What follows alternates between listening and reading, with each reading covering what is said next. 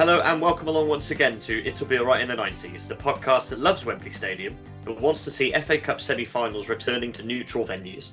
And while you're at it, bring back endless replays as well. I'm Stu Joslin, and joining me as always is last week's birthday boy, Alex Greenwood. Greenie, good evening. How was your special day last week, mate?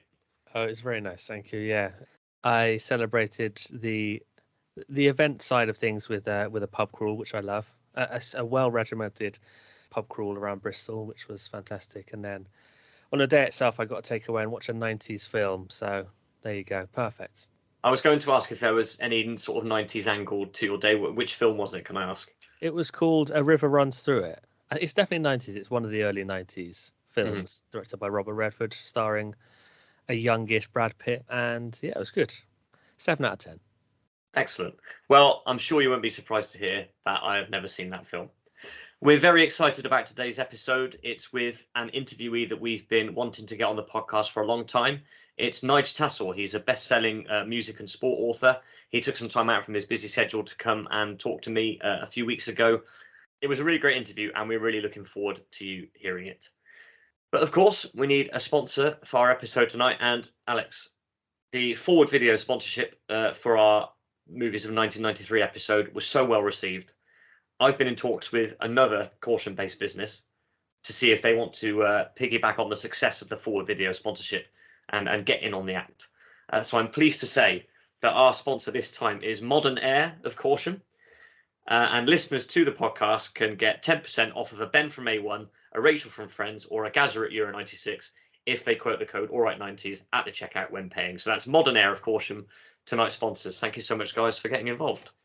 That's fantastic. I can't remember Modern Air. What was Modern Air? Modern Air was a hairdressing salon. Oh, see, I was a Strawberry Fields kind of guy. So fair enough. A bit further down the high street. Yeah. I remember them having very prominent adverts on GWR at the time in the in the mid 90s. So obviously a bit of advertising clout behind them, and the PR guys have decided to get involved with us as well. So really pleased about that. Yeah, fantastic. I assume Will Hodgson is still remaining the official barber of the pod, though. This is not. Oh, of course, absolutely no question about that. And Hepcats is still the official barbershop of the pod. It just so happens that Modern Hair are sponsoring us tonight. Yeah. Okay. Great.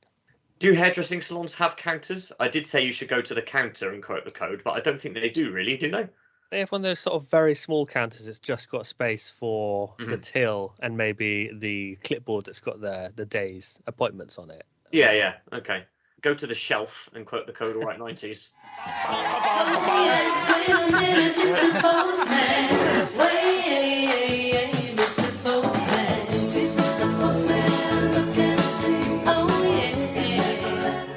Time now to dip into the post bag, I think for the first time in a couple of episodes. So let's see what's in there.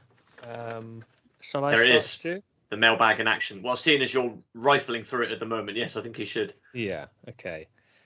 So this comes in from new legend of the pod, Hannah Kelly. This relates to our primary school episode because Hannah has sent in a message about a school trip that she went on in the 90s. And she says, one of my most embarrassing primary school experiences was on a school trip where we went to the beach. And a few of us were playing in the sea with a teacher, throwing seaweed at each other. And someone dared me to put seaweed down a teacher's swim shorts. Stu, what would you do if someone dared you to do that? I think I would take the hit from my friends, and I wouldn't go anywhere near it. I would certainly not even entertain the thought. But I'm guessing that Hannah actually went ahead with this. Yes, contrary to what most rational people would do in such circumstances, she says, "Of course I had to do it. He was very shocked, and I was immediately very apologetic, and we never spoke of it again." That makes me shudder. The awkwardness of that memory that isn't even mine. Oh, good Lord. Can you imagine? So we should probably move on quickly while I try and stop myself shuddering. A brief message from Alex Mitchell, another new legend of the pod, who simply says, "Blimey, legendary status. Thanks very much. I'm glad the envelope of cash I sent in did the job." Well, I had to message him back and say, we haven't received an envelope of cash, so either it's lost in the post or Jeff has intercepted it and gone off and used it for his own nefarious means. So that's interesting, isn't it? Yeah, we're going to have to do some further investigation into that, I think. But Alex, don't send cash through the post. You know where I live. Just bring it round.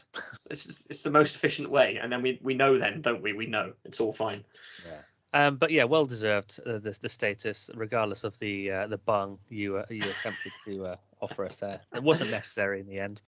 And this is just come in. Actually, this is hot off the press, as it were, hot out of the mailbag, I suppose. This is from also another new legend of the pod, Adam Greenwood, who has sent in a message regarding the films of 1993 from a couple of episodes back. And he says the following. Again, it's a real essay, so I won't read it all out, but you should definitely go and check it out. It's on our Facebook page underneath our post for this episode, so go and check it out. But this is the abridged version. He says it's absolutely mind-blowing that Spielberg made Schindler's List and Jurassic Park back to back. Most directors don't make a film as good as just one of those in their entire career, so to make two back to back that good is incredible. Even after 20 years of hype. And this goes contrary to what I said about my memories. He says he doesn't actually remember seeing Jurassic Park in the cinema, despite me remembering him going to see it in the cinema and me not going because I was too scared. But I can confirm, Adam, that you did go and see it in the cinema. And Secret Garden as well, he says he knows that we went as a family, but he can't remember it. I don't think he's got a great memory, it would seem, for the early 90s, but he does say he remembers that it had he agrees with me in terms of the sense of vibe and tone that the Secret Garden had. So we definitely agree on that. He also says he thinks he went to see Teenage Mutant Ninja Turtles 3 in the cinema, which he has a soft spot for. I can confirm that we did definitely go and see that in the cinema. He says that I never liked Men in Tights. The Robin Hood folklore was always too close to my heart to be able to poke fun at it, which is, again, agrees with what I said. That runs deep in the Greenwood Brotherhood, doesn't it? It does. Any sort of satire on Robin Hood is not going to be countenanced whatsoever. Yeah, absolutely. It's a sacred film franchise and character in our household for sure. He says El Mariachi is a film that was a big deal in the early 2000s when I was studying film at university, a sort of legendary exercise in low budget filmmaking. I've never heard of El Mariachi, so I guess it's testament to how low budget it was. Shout out there for My Neighbor Totoro, which I think got shouted out on the episode itself. And then finally he says Surf Ninjas also came out this year. This is a film that I feel is probably better left unwatched. It's such a cool title, and I'm in no doubt it'll be absolute rubbish. I'd rather allow it to exist in my imagination as a perfect film, which sounds sensible to me. I've also never seen it. No, I can't say I've ever heard of that one either. But thanks so much for your input, Adam. It's always gratefully received, and we always look forward to your rundowns of the movies of the year when we talk about them. It's almost becoming a feature of the podcast on its own, isn't it? It is, yeah. And well, maybe a future guest for our film episodes. So you won't be reduced to just sending in messages after the event, and you can actually get involved in the conversation as it happens. Perhaps we could alternate Andy and Adam as our film experts for the rest of the series. What do you think? Yeah, that sounds like a good idea. Okay, we'll talk to their lawyers. I've got something here from regular correspondent George Alty. This is in response to something we posted on Twitter last week. This is a story that hit the news with the commencement of the Women's World Cup out in Australia and New Zealand, and the fact that the England goalkeeper shirt isn't available as a replica. So there are lots of young girls and adults who aren't able to buy Mary Earps' number one shirt. And we took to Twitter to obviously throw our weight behind this cause and give our solidarity with Mary Earps. And George replied, I took my granddaughter into the Doncaster Rovers shop and she went straight for the goalkeeper shirt and got her £10 spending money out. So there we go. Girls do want replica goalkeeper shirts. We love replica goalkeeper shirts on the pod. So Nike, please do get it sorted out and get a Mary Earps shirt out for all of us there who'd like it, please. Yeah, absolutely. It's scandalous that wasn't available in the shops. So it needs rectifying immediately. Right, so we got a lot of correspondence in regarding our snack food discussion that we had a few episodes back. Actually, it was ages ago now, back in episode 16, if I recall. And I put it out on the social media asking people again, what is the most 90s snack food? Do you agree with me and Stu? Because Stu, you chose the Cadbury's Astro, I chose the Push Pop. And we got a lot of good responses to this, so I'll just go through them now. On Instagram, UK 90s Nostalgia said, Push Pops, you always end up with a massively sticky finger once the saliva is dribbled down the side, on the inside of the tube, I should say, which I think I did reference when we were having this debate, because it is my abiding memory of the one time I bought a Push Pop, was just how disgusting that was and how impractical. So I'm definitely on board with that. And then Timothy Parker, legend of the pod, says, Push Pop has got to be number one, with an honourable mention to Space Invaders. They're still available today, but a snack I definitely associate with the 90s. I can agree with that for sure. I think some things, even if they're still available today, are still tied very heavily to the 90s, regardless of that. So, a good shout there, Tim. Are they still 10p a packet? That's true. I mean, with current food prices and inflation, they're probably significantly more than that. About £4. Yeah, I always prefer Tangy Toms myself. Moving over to Twitter now, Stu Zanone has said it has to be Push Pops. The cola ones were always so hard to get. And he's also posted a picture of Jolly Rancher. And he says these were a huge craze too, although they tasted like crap. I think I've mentioned before on the pod that I have only had Jolly Ranchers once, and I almost choked on them the one time. It was on a school residential trip to Slimbridge Wetlands Centre in Gloucestershire. My first ever residential trip in primary school. Daniel Powell's bought a packet of Jolly Ranchers. They were like American sweets. It was all very exotic, and I tried one and then almost choked on it. And now every time, just seeing that picture on Twitter now is making me feel like I've got something in my throat. It's amazing how much of an impact that had. I should probably have another one and just try and get over that. But like he says, they do taste like crap, so I probably won't. So that's twice already in this episode we've been sort of psychologically burned. Once by Hannah Kelly's PE teacher story, and now by some Jolly Ranchers from 30 years ago. Yeah. Dan from the Odd Pod says these two popped into my mind first, Jawbreakers and Sherbet Straws, and he's posted a couple of pictures of them, so you should check them out on Twitter. I've got a couple of very small anecdotes about these as well. The first one also relating to a residential trip, this time to Danny Wenalt in South Wales when I was in year 6. Christopher Pierce bought one of these in the service station on the way out, on the way to the trip, and I think by the time we came back from the week-long residential trip, he still had about a golf ball size worth of it. He every now and again he would just get it out of his pocket and like lick it for a bit and then put it back in his pocket, and it just lasted so long. I just thought that is entirely impractical as a sweet. All the fluff and shit stuck to it. Yeah. It must have been awful. Yeah, gross. Because in my memory, it's about the size of a cricket ball. I think maybe they're not as big as that, but they're way too big to put in your mouth. So, I mean, just a crazy sweet.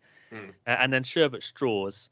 At my lowest ebb at secondary school, me and Matt Cox used to hang around after school and try and find like dropped pennies and 2p's and 5p's just around school.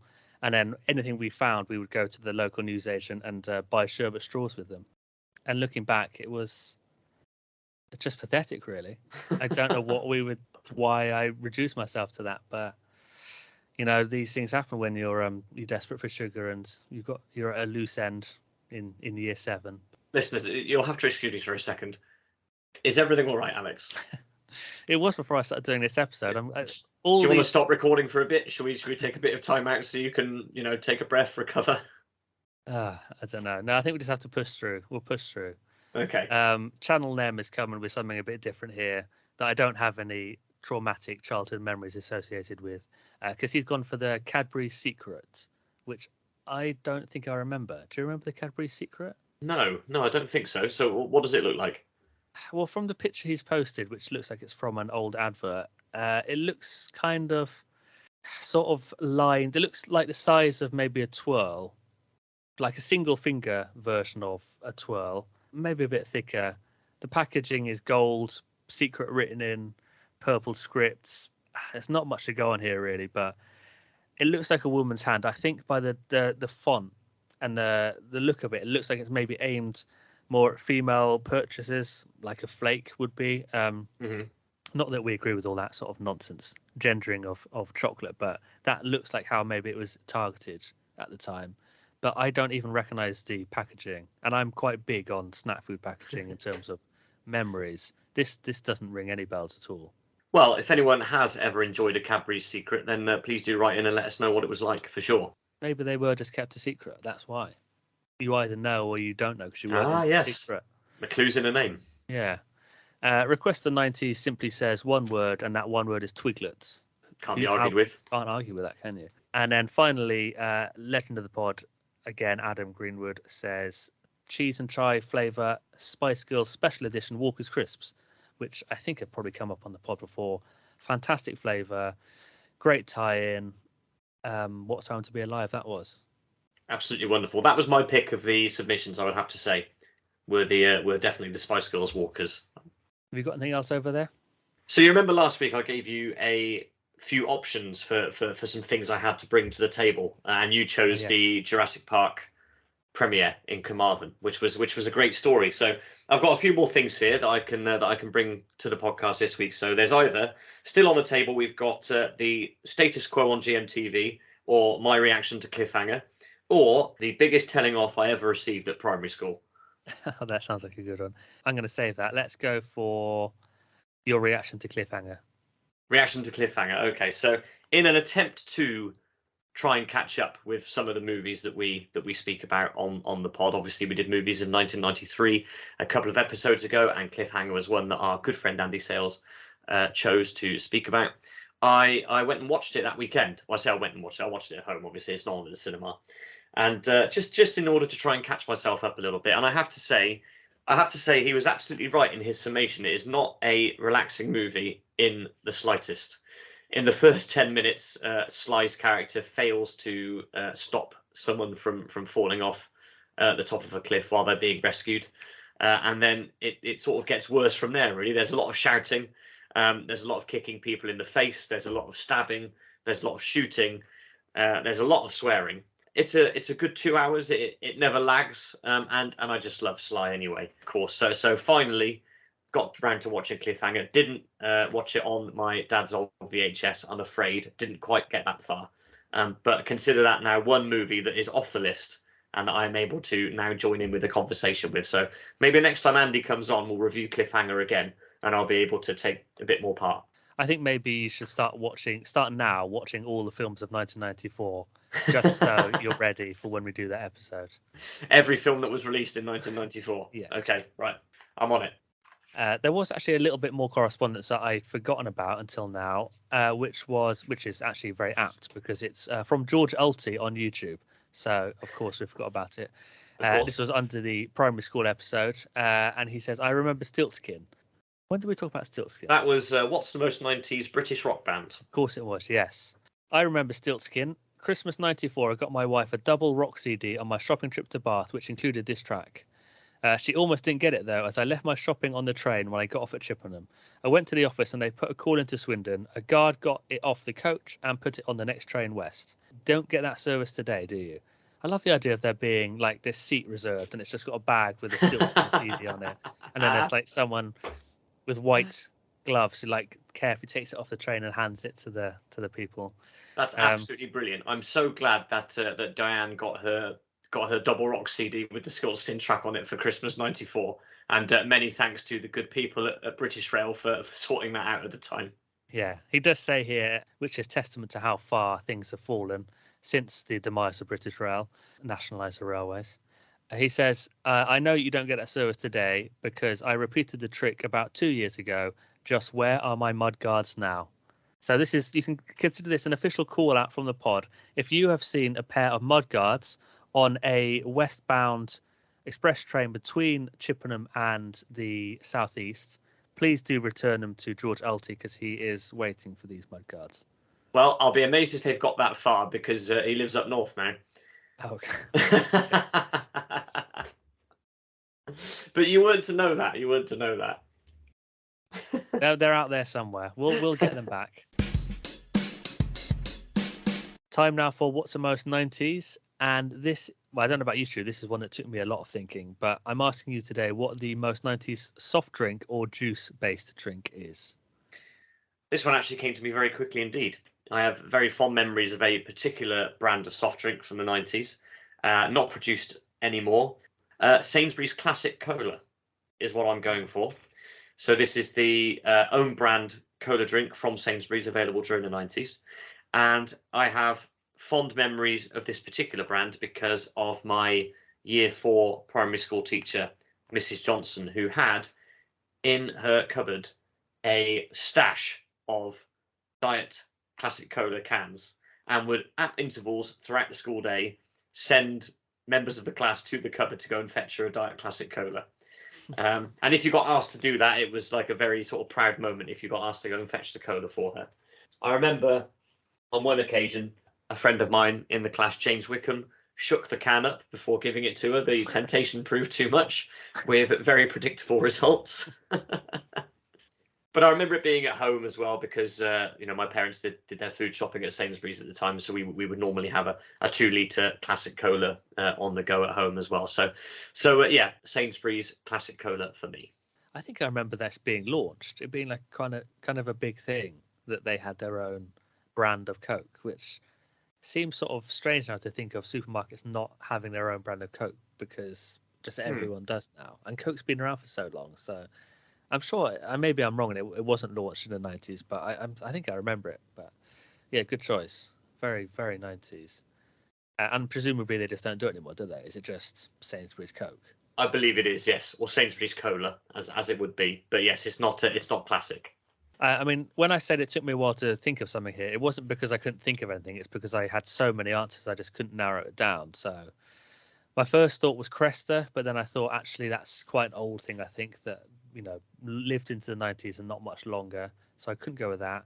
Then I was going to go for Umbongo, a previous sponsor of the pod, of course. There's a good case to be made, I think, for Tango because of their very 90s adverts. I almost said Panda Pops, which I think must have been mentioned a few times before. Or Calypso Squash in the plastic cup with the film that you would pierce at school fetes. Sunkist, of course. But I haven't gone for any of them. I have gone for Virgin Cola, so another cola. So in the 90s, when Richard Branson wasn't plummeting to the earth in another deflated balloon, as he often did around this time, he was usually promoting some new Virgin branded product or in his mega stores, something like that. And this was, the drink of that brand, Virgin Cola. I think it was launched in 94, 95, something like that.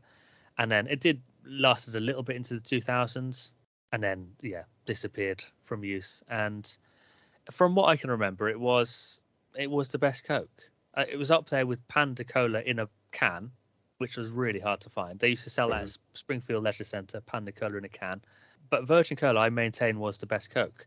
So that's kind of why I'm choosing it. I think Branson is an absolute Burke, and I don't want to support him in any way, but he did get the Coke right. And it was launched in the 90s, didn't continue much longer. So I feel like that's why I've got to choose it. Virgin Coke. It's a very sort of singular thing, isn't it? Richard Branson branching out into soft drinks, like when he has record companies and record stores and everything else he does. To do that seems quite a departure from everything else, which makes it even more notable, if you ask me. Yeah, I don't know what it was all about, but I like this stuff. What can I say? But we have to choose. Well, we should choose between our two options. It's two colas head to head. What do you think? I think Virgin Cola is definitely the most 90s. It was specifically within that period. As you say, it didn't carry on much longer into the 2000s, and it was a sign of the times. So my vote has to go with Virgin Cola, I think, with apologies to Mrs. Johnson and her beloved Sainsbury's Classic Cola. Agreed. It's in the ledger.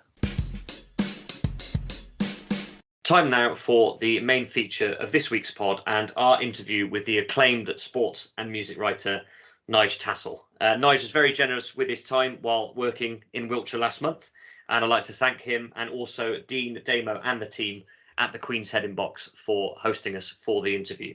I should also say we're definitely not turning into a football podcast. So obviously last time we spoke about Italia 90, we've had quite a bit of football content recently. This interview does start with a bit of chat about Nige's new book, Field of Dreams, which is about the history of Wembley Stadium. But we then do go on into a regular 90s guest interview. So plenty to look forward to. And I have to say sincerely, this is one of my favourite interviews that we've done on the pod. Nige was an absolutely brilliant guest, and I can't thank him enough for taking the time to come and speak to us. You will notice when we play in the recording of the interview, Alex, you weren't present, were you? I was not. No, I'd picked up a yellow card for a late and rash comment in my interview with Ash for the Italia 90 episode last time. So I, as a result, picked up a suspension, and I was unable to attend the interview itself. But I knew that Nige would be in safe hands with you on your own. So there you go. But I have to do my time. Have a word with him. Really, really enjoyed this interview, and I hope you guys do too. So here's what happened when I went to the Queen's Head Inbox to meet Nige Tassell. Our guest this time is one of the UK's foremost sports and music writers. He's written for a range of titles, including The Guardian, The Sunday Times and The Independent, and his latest book, Field of Dreams, marks the centenary of Wembley Stadium by examining a football match from each of its 100 years.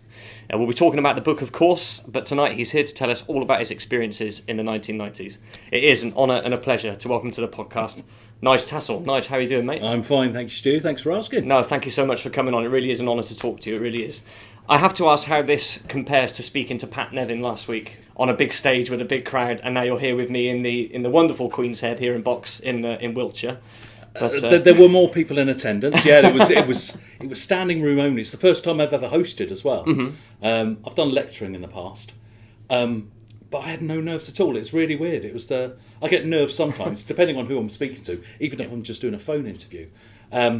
But yeah, we came out to there's This Is the Day, and obviously everyone's looking at Pat. So I just knew the emphasis was on him. So and Pat is a great talker and an interviewer's dream. You just ask a question. 5 minutes later, he's gone off in several different directions. It's just a case of reining him back in. But yeah, great fun, really good fun. Excellent. Well, I'm sure you're extremely nervous tonight talking to me then, because this is going to be a real test, I'm sure. So, Nige, as we've said, you've written books and articles on a number of cultural subjects. And for your last book, Whatever Happened to the C86 Kids, you tracked down members of every band that featured on that famous mid-80s compilation tape from The Enemy. So firstly, what I wanted to ask was, what inspired you to embark on the project of marking 100 years of Wembley Stadium through the prism of 100 different matches from the stadium's history? Well, like any good journalist / author, you always keep an eye on the calendar. Mm-hmm. And so you what anniversaries are coming up, because those are the things that get commissioned. Editors, be they magazine editors or book editors, they love an anniversary. They love something to really tag it on. They've got a really good sales thing on.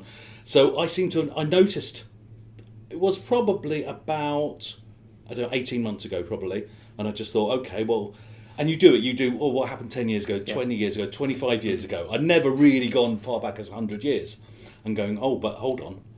It's not going to be about something that's 100 years old. We've got that vast array of matches that, and I wanted to do it sort of across sports, because so many different sports have happened at Wembley. But I've learned from bitter experience, you can't really do a pan sport book, because mainly the bookshop doesn't know where to put it. Mm-hmm. So you are in all sports, which is the top left farthest corner that no one can reach in a bookshop. So it is all about football, but I do also talk about Evel Knievel and talk about the greyhounds there and the speedway. You know, I allow those to get into it.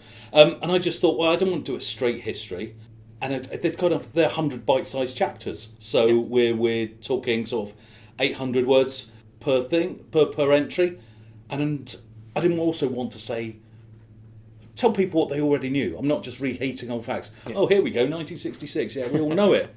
So I want the reader every time to go, well, I didn't know that, as they get to the final sentence 100 times over, ideally. So I kind of come at it kind of left field. So and there's lots of interviews in there. Pat Nevin is indeed interviewed in there, to keep that, about the 1986 Full Members Cup. Mm-hmm. So, for instance, the 1956 Cup final. Obviously, none of the players are still with us or anyone like that. However, who's the youngest ones in the stadium? Well, the ball boys. Yeah. So I tracked down one of the ball boys from that final, who's now in his 80s, and he was the guy closest to Bert Troutman when his neck got broken. And he's just, apart from the row of photographers right by the goalpost, and he said, "Yeah, I heard the crack." Oh, so wow. So whatever, 70 odd years, best part of 70 years on, he still remembers that. He can still actually hear that in his brain. So finding all those stories, and it's stories of fans, players, whoever, ball boys, trying to tell this rich story, and also not just high level matches, so you have non-league games, schoolboy internationals, because those are as much a part of Wembley's history as the big, Euro 96, World Cups, etc. Absolutely brilliant. Well, I mean, Alex and I can attest to the fact that it is a superb book, and we've been reading it ever since it came out, obviously, and we're particularly obsessed with the 1990s chapter. So if you had to pick one of those matches you've researched and written about as your favourite from the 1990s section, which one do you think you would pick? There's Euro 96 is an obvious one, and of those, not necessarily the England-Scotland game, but the England-Netherlands game, because I'd never had that with the England team, being a fan of the England team for 20 years at that point, since I was a kid. hold on, it's 3-0, it's 4-0. No, this is not happening, this is not real. But the one I probably remember most is the 1990 Cup final, Palace against Man United, because we'd already had 2 amazing semi-finals. You'd had Palace, Liverpool, Man United, Oldham, which were all multiple goals, real thrillers. And you thought, well, the Cup final couldn't live onto this. It was also, I was at university, so I was in my shared house at university, and I just stopped being entertainments officer. So I was back to being a normal student for once. Saturdays meant 2 o'clock on Saturday, 3 o'clock on a Saturday was walking, because we had a band on that night. So you got off to do the load-in and all that for the next 12 hours. Your fate is determined. So I was back to being a student. So we had loads of people round, all watched it, and then like kids afterwards, we went out on this patch of grass behind the house and just reenacted it. We were like we were 7 or 8 or 9 years old. We weren't. We were 20, 21, but it was just such a great game. We just felt, we want to kind of, who's going to be Ian Wright? I'll be Ian Wright. I'll score these 2 goals. So yes, that game in particular was, and so with that chapter I focus on. It's a famous clip on YouTube from a documentary that Ian made for the BBC, where his old teacher suddenly surprises him. It's one of the most magical pieces of television I've ever seen. So I focus on his old teacher and back home and in his house, and just paying extra attention because his former charge, little tearaway Ian Wright, is there coming off the bench and making history and really kick-starting his career, because he just flew. After that, coming back from a broken leg. 2 goals in the FA Cup final, and then, and what he did at Arsenal ever since. Yeah, he wasn't fit enough to start the first final, was he? He wasn't, no. Came off the bench, and I think Motson says, well, let's see what he can do. And then within minutes, he'd equalised. Then he put them ahead, and then United just, equalised towards the end. But fantastic game. Brilliant. Well, for me, it has to be Leicester 3, Swindon 4, the playoff final from 1993.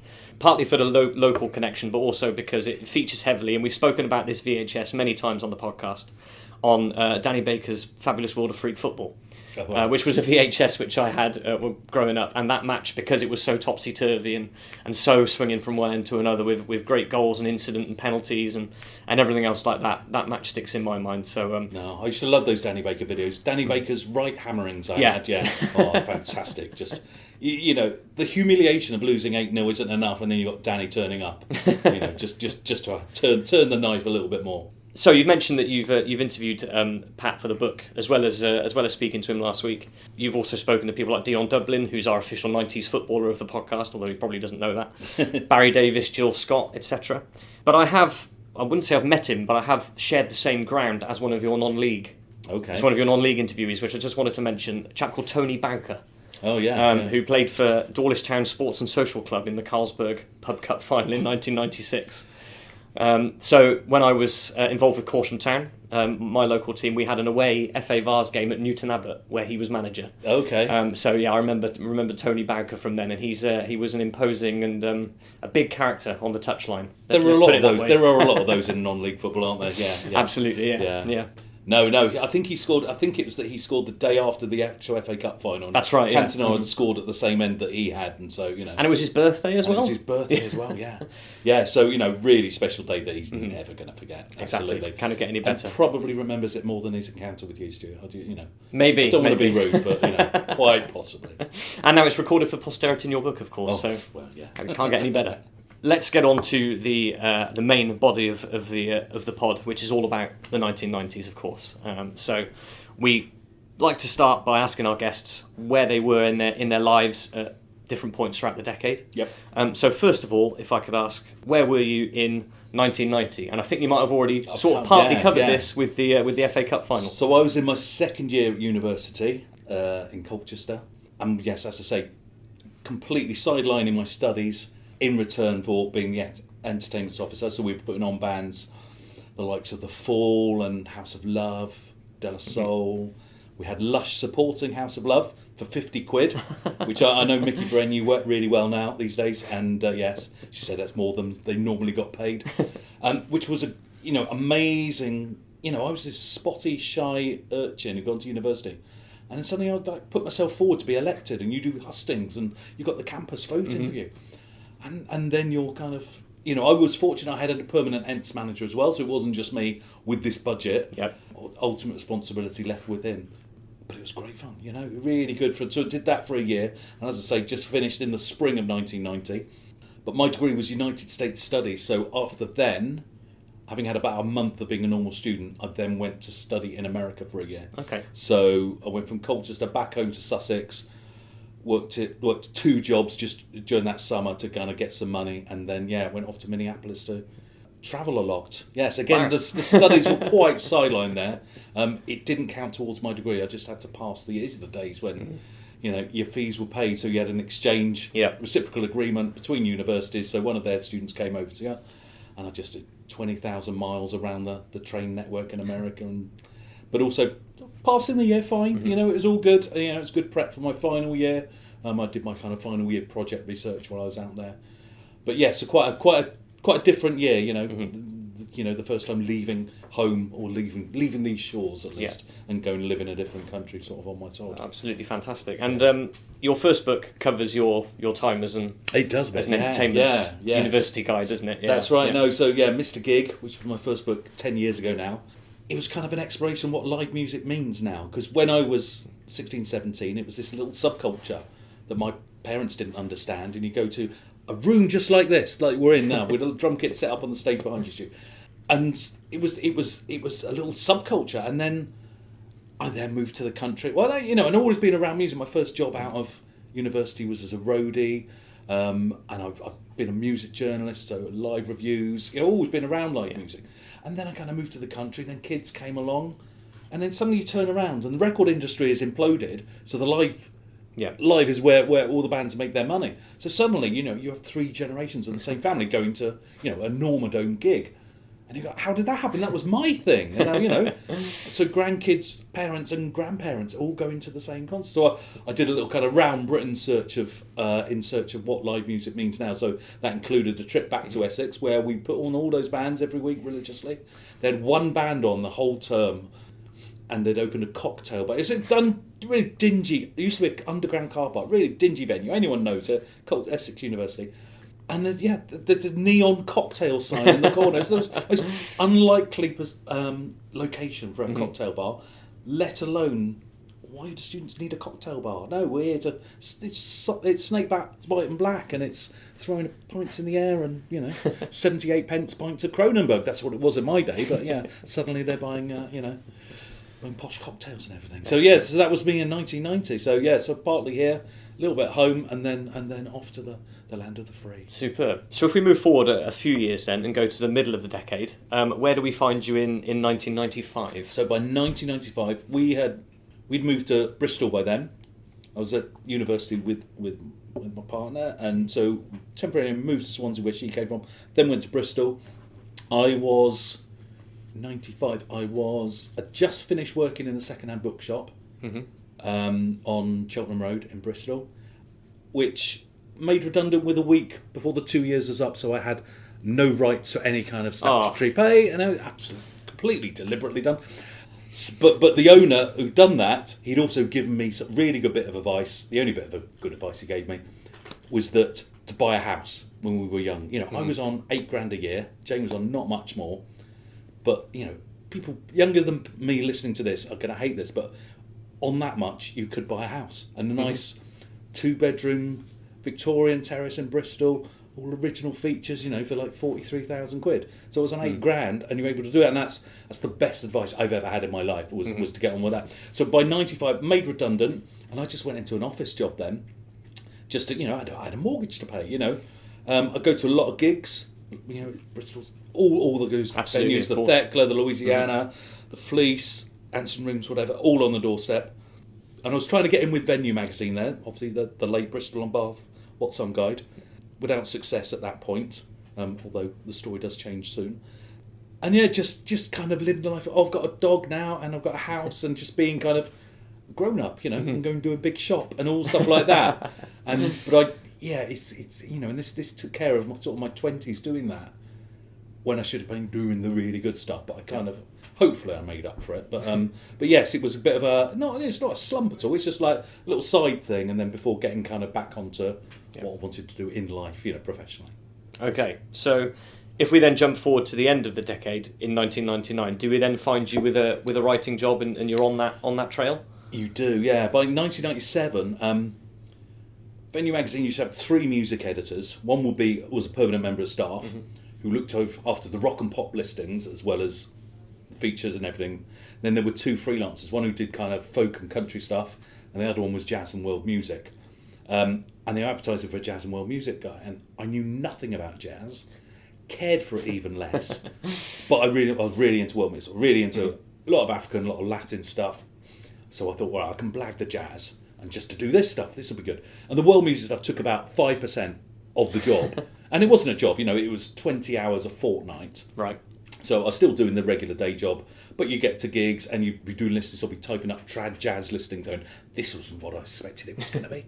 But from that, the editor knew, or the group editor knew, that I wanted to have a job at the company.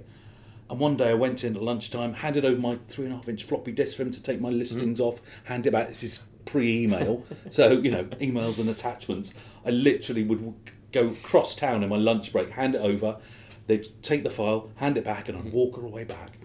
And he just showed me an advert, and he said, "Ben, you're looking for an editor." I was like, "Oh, okay, all right.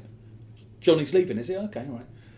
And then I went back to work, and I was just sitting there thinking, there's a reason he showed me that. So I phoned him up and said, "Is there a reason you showed me that advert?" And he goes, "Well, wouldn't do you any harm."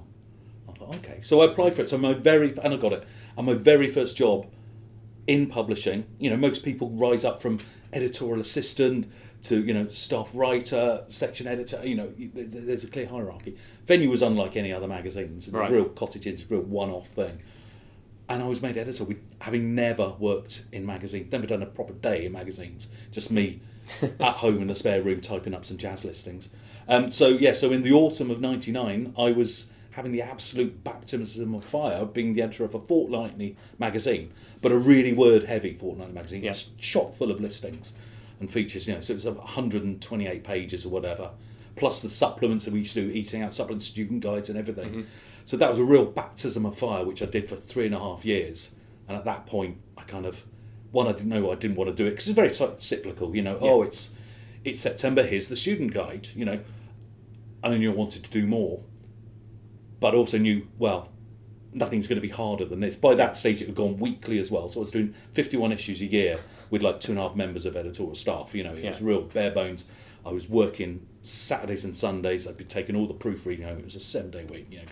Well, I proved to myself I can do this. Let's move on. But yes, in 1999, I was having the baptism of fire. I was feeling the flames at their fiercest at that point. But it certainly sounds like it. Yes, but amazing place to kind of go and learn your trade and learn how to put a feature together.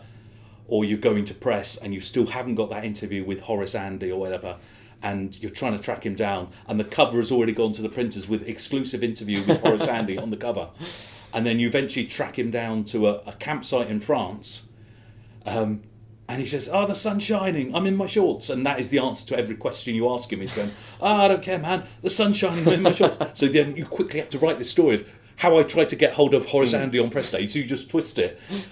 So lots of stories like that, real flying by the seat of your pants, lots of working right through the night, getting the magazine to go to press at sort of 5 in the morning, and you come out of the office and the milk float's going down the road, and just going, well, these will be good stories at some point, but I don't. While I'm in them, they're not so great. Having just done a 23-hour day or something ridiculous. But real amazing learning ground, absolutely. I bet you were thinking, in 23 years' time, a guy's going to ask me to come on a podcast, and this will be a great story. Well, the word podcast, Stu, wouldn't know. I'd go, what the hell is that? So, we were, as I say, barely on email, barely on internet. It was real cut and paste, proper kind of old school stuff, because we weren't in other magazine, proper national magazines would have been up and flying, but we were still a little bit old fashioned. We had Steve Merchant was a work experience student with us, so cool. that's the thing. So yes, he went on to big and better stuff at least. Yeah. Well, let's have a chat about some of the more sort of tangible aspects of the decade, if you like. So a few of the sort of cultural touch points. And one of the things that we like to talk about on the podcast specifically is cars. Cars from the decade. So do you have a favourite car that either you owned or family member had or anything like that springs to mind? I was a late learner driver, so I didn't learn until in my mid-20s when I was in Bristol. Right. That was the other. Yeah, to be fair to him, that was the other thing that the bookshop owner did for me. Not only told me to buy a house, he also paid for driving lessons because he was going to get a van, and we were going to start delivering books to schools and stuff like that. It never really happened, but he did pay for my driving lessons, so that was quite. Sounds good. like a great guy, yeah. So so that was fine. But then I didn't have a car because we were living in I was living in Windmill Hill, Bristol, so pretty central. Walking to work or get the bus, no need for a car. I remember we had a Kia Pride, a cherry red Kia Pride. When I remember going out for my first ride, solo drive down the A38 to Barry Gurney and back. It was exciting. And it wasn't until we moved to the country. We moved to the country in early '99, so before I started at Venue. In which case we needed another car. So my first car was a black Saab 900 Turbo. Oh, superb. It was not a bad first one, but Absolutely. it was a terrible car in the end, and just really not good. But in terms of nice alloy wheels and everything, I don't know what the names are. I turn up in the country and there's this city kid turning up in his. But yeah, so that's not a bad first car. But since then I've gone the much more practical and slightly newer. Okay. It was quite old then, and I know nothing about cars and mechanics. So. Well, if Alex was here, he'd be absolutely drooling over that Saab. I can assure you now. That's Yeah, definitely his ballpark, and he'd be well into that. Yes, it drank the petrol though.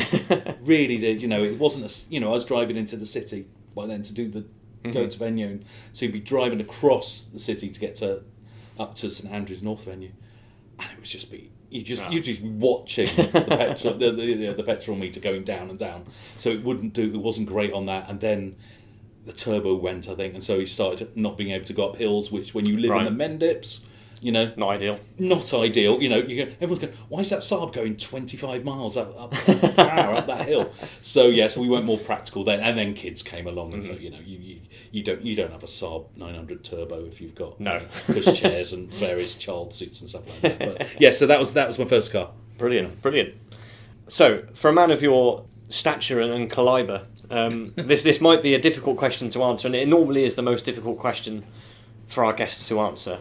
But I have to ask you about your favourite musical act or album from the decade, and you can choose a few if you like. If there are a few you'd like to mention. Well, album I can totally tell you because it's the only right answer, and it's Corner Shops When I Was Born for the 7th time. Brilliant, amazing album.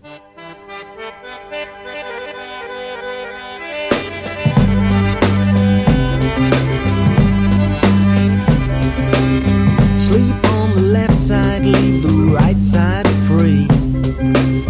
Hope gets salted as those around you leave. Really mysterious, really strange, really esoteric, and you think it wouldn't hang together because it's all over the place, but it's all over the place in an amazing way.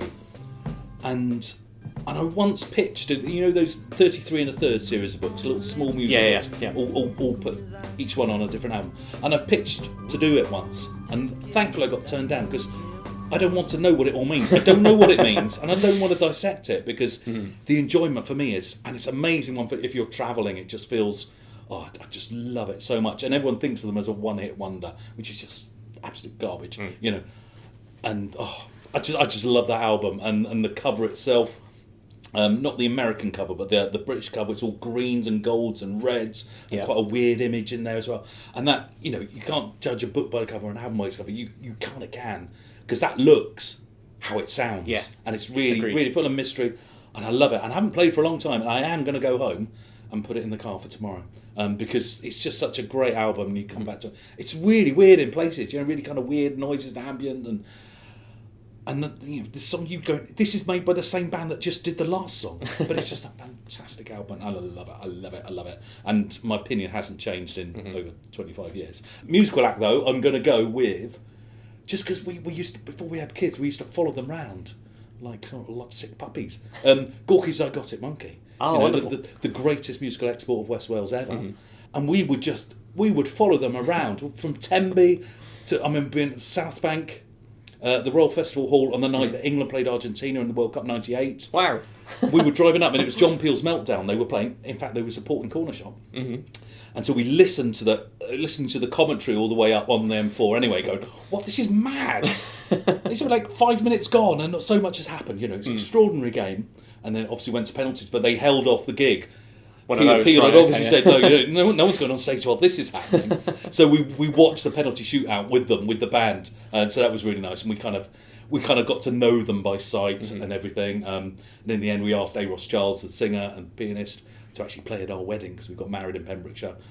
He turned it down because he's painfully shy. Oh. Well, you earn your trade on stage every night. Yeah. I don't think you can be that shy. But lovely. They sent a lovely wedding gift of like loads of bootlegs from the sort of the mixing desk, how wonderful.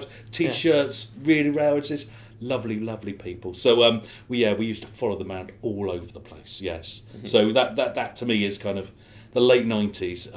Everyone's kind of. A lot of people, I guess, say Britpop, but for us it was, James from Swansea anyway, so we kind of leant towards the Welsh lot, and Gorkies were the best. Oh, for me, that's the best answer we've ever had to that question. We've certainly never had a guest being bought a wedding gift by their favourite musical act. That's pretty good. No, we'll go with that. Yeah, can't be bad. So if we move on then to movies, are you much of a moviegoer? I was before kids. We used to go a lot. Again, Bristol, so you go to Cineworld. Well, no, it wasn't Cineworld then. What's it called? The one out on Avon Meads, which was the first kind of multiplex we went to. Going, wow, this is good. And normally there would be at least one. But there's a lot of good crime movies in the 90s, the mid-90s, like Things to Do in Denver When You're Dead, and that all the stuff of that ilk. Or we go to the Watershed as well for kind of artier stuff. So we did go to a lot of movies then. But again, there is only one correct answer, and whatever anyone else tells you on this pod, Stuart, they're talking nonsense. Because obviously it's 1996 and it's Fargo. It's just the greatest film ever. I mean, we saw it. We happened to be. We were in the States the day it came out. So we were in the first screening in New Orleans to go and see it. Baking hot day. It's like, no, let's go and immerse ourselves in the cold, icy tundra of Minnesota. Because I used to live in Minnesota, it had kind of real resonance for me as well. But again, just like the Corner Shop album, in all the years that have gone by since, nothing has been able to knock it off its pedestal. And I ended up writing a book on it because obviously that's what I do. You use everything, don't you? So I wrote a book. That's the only book that my sons have read of mine, in fact, from cover to cover, and because they're absolute film buffs as well. What a great film! Amazing dialogue, just the right blend of really horrific violence versus great funny stuff, some really good set pieces as well. So Fargo all the way, absolutely. Brilliant. One of my wife's favourites as well, so you're in good company there. Absolutely. I'm so glad I'm giving you all the right answers. So, if we change tack again then to sort of computer and video games. Right. And this is a sort of borderline subject for our guests. It really is either you were really into it or you weren't at all. I wasn't really into it, let's say that, but I was just a slight bit. At university, I was addicted to playing Outrun. Okay. So I always just preferred driving games. Yeah. Never a fan of single-person shoot-'em-ups. Unlike my entire family that seems to spend their evenings doing that, including my wife, very bloodthirsty for an hour or two every night. But I don't game at all now. I do, but the only game I do have is a rally game, but I just haven't played that for so long. Used to love Outrun. Even went to the Space Needle in Seattle, and rather than looking at the view from this incredible thing, it's on the opening credits to Frasier, yes, of course, that tall tower. And rather than looking at the view, I've got an Outrun machine, so I put my quarters into that. But in the 90s, I did have a Sega Mega Drive. So there are real sort of basic games, Columns. Tetris by any other name. Lemmings, used to be quite a fan of Lemmings. I wasn't a fan of the poor lemming falling off a cliff, but that was quite good. And then Micro Machines again. Right, yeah. Those little machines on the desktop, and then they're going over stuff. I used to quite enjoy that as well. And then since then, I played kind of Super Mario. So it's all drive stuff. And the Super Mario, I just like the driving aspect of it. I don't like the leaving ink spots for the cars behind to slide on throwing objects and stuff. Take a lead. I just want the bare. I'm a sports enthusiast at heart. I just want the bare thing of victory or defeat. And trying to improve on what I did the previous night. Brilliant. Well, you certainly get that with Outrun. That's for sure. That's one of the greatest driving games I would. The music is in my head right now as I'm talking, and the bit where you complete, because it's got 5 levels, and you complete. And the car drives itself, and the steering wheel moves. And if you're there in a student union bar, and you're standing back, you're swigging on your bottle of Newcastle Brown, going, "Yep, I did it again. Yep." Yes, no, I loved Massive it. kudos. Yeah. Wonderful. On the shoot 'em ups, I should probably mention one of our former guests, the blues guitarist Innes Seiben, once put a tour in doubt by playing Quake for about 3 days straight. Oh, really? Yeah, and he sort of got tennis elbow and RSI and things like that, and put his tour in doubt. You know, I don't have any kind of desires to kind of do that sort of stuff. I have to say, you know, I've got a little snooker table, a little 6x3 snooker table in the conservatory, and so while the others are waiting their turn on the PlayStation, I'm just out there. I'm an analog guy. What can I say? I'm an old man. And it was a 14 break last week. A 14 break, yeah. So I joked about it as 147, which you seem to. I took literally, yeah. Yeah, I apologise for that. No, yes, no. It's a table that kind of slopes off in every single direction. I see. And I've still not mastered which directions or which pockets. But you know, that's the thing. You know, at the end of a stressful day, then you know, just knock some balls about on there. Wonderful. Takes it out of you. Yeah, absolutely. If we move on to television, do you have a standout television series of the 90s? What I think of the 90s, it was an absolute golden age for TV comedy. Mm-hmm. You know, around that time, people went, it's the death of the sitcom, and you're nothing like it was in the 70s or the early 80s. But TV comedy, you know, everyone whose household name was kind of... So obviously Father Ted, The Day-to-Day, fantastic. Yep.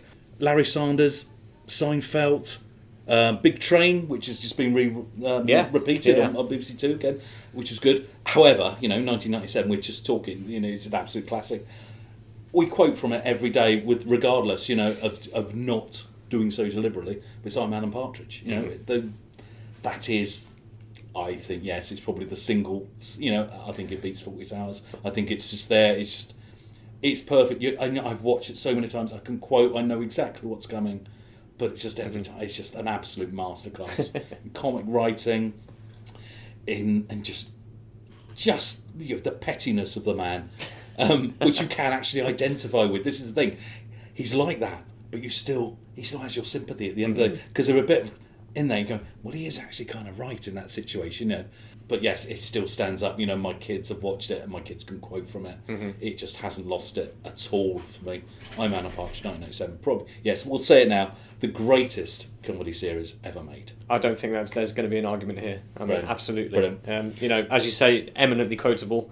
Tungsten tip screws, Back of the Net, Jurassic Park. The list goes on. But the thing is, all the formats that he's presented Partridge in since, none of them have been absolute massive disasters. They've all pretty much hit the mark. You know, the film is great, you know, and the podcast and the radio stuff. And each time he says, right, we're going to put him into this one. So into the kind of, you know, the half-hour live TV show, which was fantastically done this time.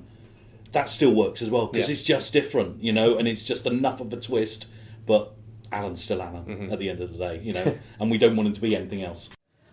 Sophie. Mr. Partridge? As you know, at the end of the week, I'm meeting Tony Hayers at the BBC, and he is Mr. Numero 1. And the problem is I've got some rude daubings on the side of my car. Can you still drive the car? Well, yeah, obviously. I mean, that's... Do you know what it says on the side of my car? Tosser?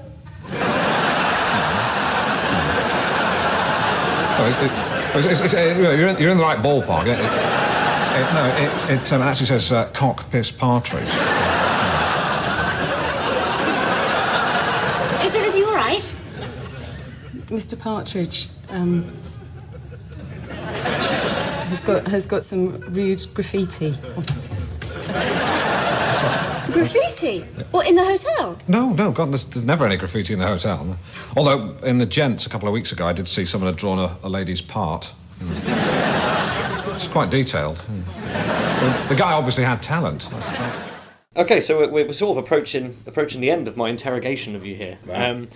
But we'll go for a wild card. So if there's something not covered elsewhere in the questions already that you'd like to mention from your 90s, what would you like to bring up? I mean, I grew up listening to Radio 1, sort of nighttime Radio 1 in the 80s. But in the 80s, I had a paper round, so I never really listened to John Peel. So it'd be much more the early evening stuff, Janice Long and people like that.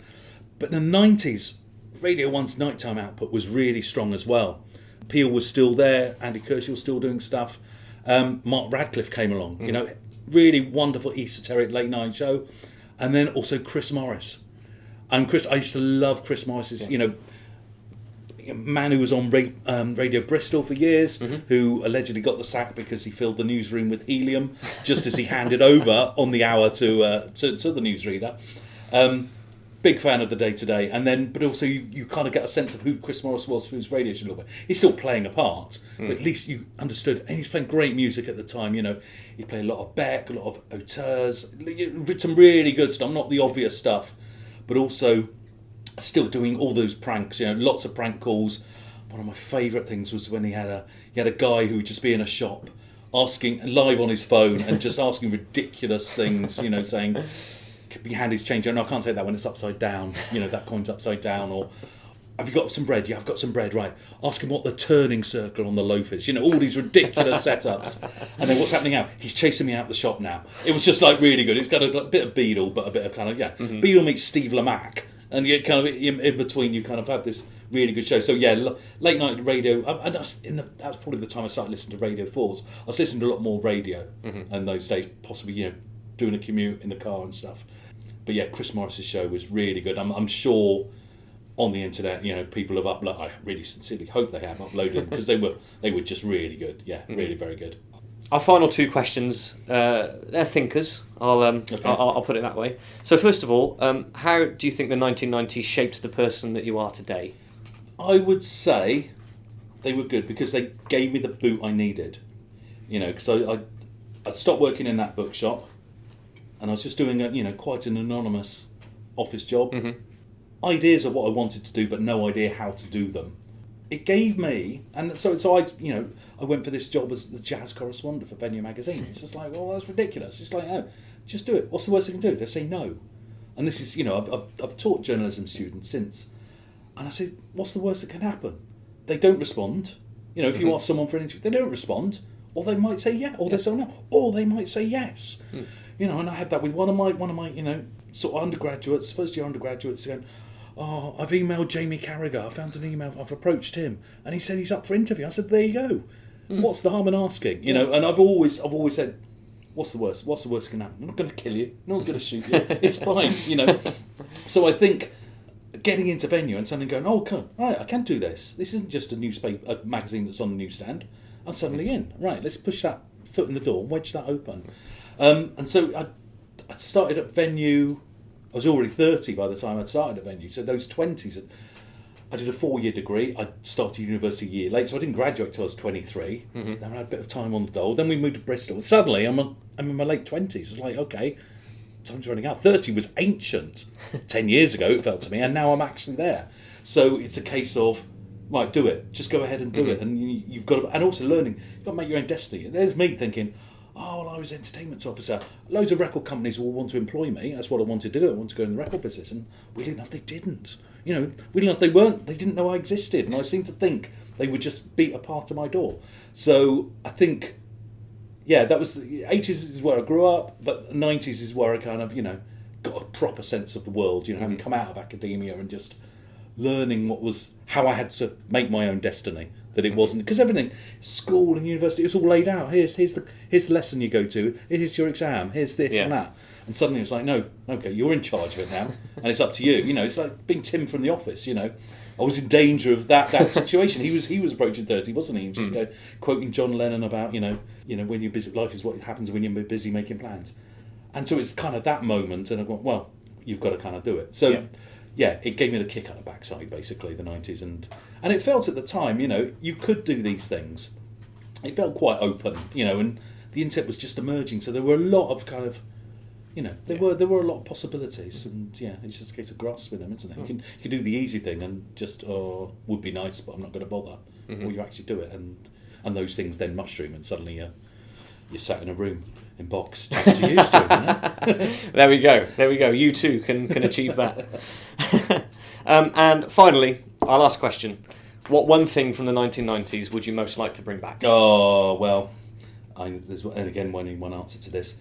As the father of someone who's shortly going into higher education, I'd bring back paid tuition fees. Absolutely, it enabled me to go to university. I was first person in my entire family to even do A-levels. let alone go to university. But if I'd had to pay for those tuition fees, well, that just wouldn't have been an option, you know? Yeah. Because that would be the equivalent of going to private school or something, and it just wasn't there. I would have just gone into an ordinary job, and there's nothing wrong with that at all. But in terms of what I can offer people, you know, got those paid, and then you do summer job and amass some money in a summer job, whatever, waiting tables or working in a pub, whatever. And, you know, accommodation was cheap back then when I was there. You know, I was paying £19 a week for rent, you know, and you live on baked potato. You live on a baked potato from the Student Union bar, £1.25, cheese and beans. Yeah.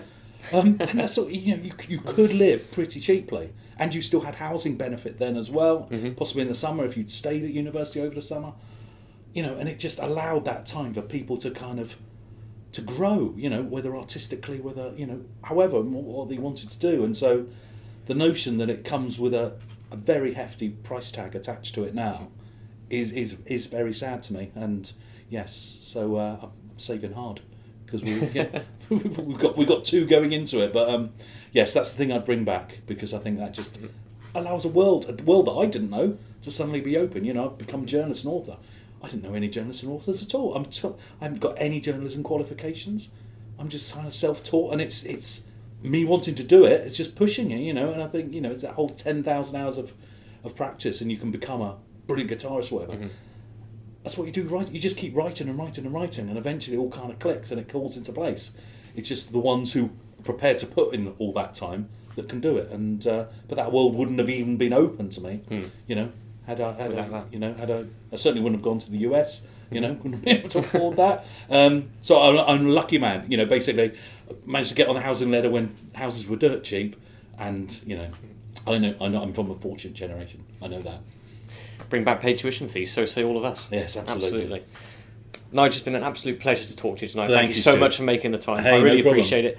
I've enjoyed your work so much over the past few years since I've come across it, and it's been a pleasure to get to know you as well in the intervening time online, and to meet you tonight has been a real privilege for me. I would, of course, encourage all listeners to seek out Nige's work, especially Field of Dreams' latest one. Just before we go, what's next in the pipeline? Are you working on anything at the moment? Yeah, I'm contracted for 2 more books at the moment. There's one, it's music again. What I do is tend to alternate between music and sport, because that way I can do one a year. So if I just did music, so the hardback would come out one year and the paperback the next year. So I couldn't do the music one because that would get in the way. My audience does cross over. You know, you read both lots, but it's not a direct competitor. So we're back to music for the next one. I cannot tell you what it's about though. Okay. Certainly not on air, just because it doesn't come out till August of next year. So we wouldn't want anyone trying to get in the way of that. Of course. But once that machine goes stop, I will trust your confidence. Of course. And let you know. Yeah. It stops here, absolutely. What goes in the Queen's Head inbox stays in the Queen's Head inbox. Nige, again, an absolute privilege. Thank you so much. Brilliant. Mate. Thanks, Stu. Loved Thank it. you. Cheers. So many thanks to Nige for spending some time with us to talk about his version of the 90s. What an interview. You can see why I enjoyed it. Oh, an absolute cracker, yeah. Yeah, really fantastic. I mean, what a guest. In an unusual move for the pod, we are able to tell you about what's going to be happening next time. We're going to be heading off for our 2nd annual summer party, aren't we, Alex? That's absolutely true. So, yes, we're going back to the same location of our first summer party, the 3 Crowns in Chippenham, where we will be hosting our first ever 90s quiz. So there will be prizes to be won, and however the rest of the Funhouse team goes, I can't remember. But we'll have some in-person Quiz-Eaze or quizzes, as actually they're more commonly known. I prefer Quiz-Eaze. I think we should go with that. Yeah, we'll go with that for now. It sounds like something you rub on your body somewhere. I don't know. Quiz-Eaze, yeah. Which if you had a particularly rough quiz, you'll put some Quiz-Eaze on. So there'll be some in-person Quiz-Eaze, but we'll also make sure we edit it in such a way that you can enjoy it from the comfort of your own home and take part. And we will, as I say, give out prizes. That'll be including people who are there in person, but also you, the listeners. So we will be asking you to mark your own quizzes and submitting your results, and we will find a winner based on that. But it should be a lot of fun. Absolutely, can't wait. We've got a great list of guests for the quiz, and really looking forward to getting stuck in with that. If you want to get in touch with us about anything you've heard on this episode or any previous topics, maybe you want to get involved in the snack food debate or the most 90s soft drink, anything at all, you can find us on our link tree. There is a link in the episode description below. That links to all of our social media. So please do get in touch and let us know your thoughts. Yes, please do. We'd love to hear from you regarding anything about the 90s. That's it for now. Thank you so much for listening. Until next time, and until the summer quiz, it's goodbye from me. I'm just off to go and fetch my tube of Quiz-Eaze. And I'm just off to write some quiz questions. Bye for now. Cheerio.